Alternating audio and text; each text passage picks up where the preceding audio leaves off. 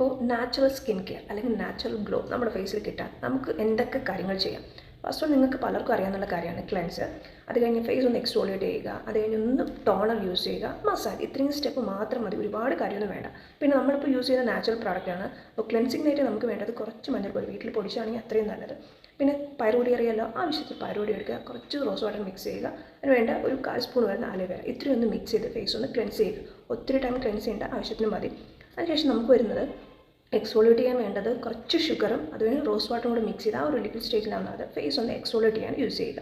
പിന്നെ എന്താ, നമുക്ക് ടോണർ എന്ന് പറയുമ്പോൾ ഞാൻ യൂസ് ചെയ്യുന്ന കോസ്ട്രക്സിൻ്റെ പ്രോഡക്റ്റാണ്. നിങ്ങളത് വേണ്ട, റോസ് വാട്ടർ തന്നെ യൂസ് ചെയ്താൽ മതി. റോസ് വാട്ടർ തന്നെയാണ് ഏത് രീതിയിലാണ് നമുക്ക് ഫേസിൽ ടോണർ യൂസ് ചെയ്യുന്നത് അതേമാതിരി ഒന്ന് ടോണർ യൂസ് ചെയ്യുക. പിന്നെ വേണ്ട മസാജിങ്ങിനായിട്ട് ഞാൻ നമ്മുടെ കറ്റാർവാഴ ഉണ്ടല്ലോ, അലോവേര യൂസ് ചെയ്യും. അതുപോലെ തന്നെ ആർഗൻ ഓയിൽ, നിങ്ങൾക്ക് ഏതാണോ സ്യൂട്ട് ആവുന്നത് അത് യൂസ് ചെയ്യാം. ആർഗൻ ഓയിൽ പറ്റിയില്ല, നമ്മുടെ കോക്കനട്ട് ഓയിൽ മതിയെങ്കിൽ അതും മതി, ഒരു പ്രോബ്ലം ഇല്ല. പിന്നെ ഓയിലി സ്കിൻ ആണെങ്കിൽ നിങ്ങൾക്ക് കറ്റാർവാഴയായിരിക്കും നല്ലത്. പിന്നെ ഡ്രൈ സ്കിൻ ആണെങ്കിൽ നോർമലി നമ്മുടെ എന്താണ് യൂസ് ചെയ്യുന്ന ഓയിൽ നമുക്ക് യൂസ് ചെയ്യാം, ആ ഒരു ഡ്രൈനെസ് മാറും.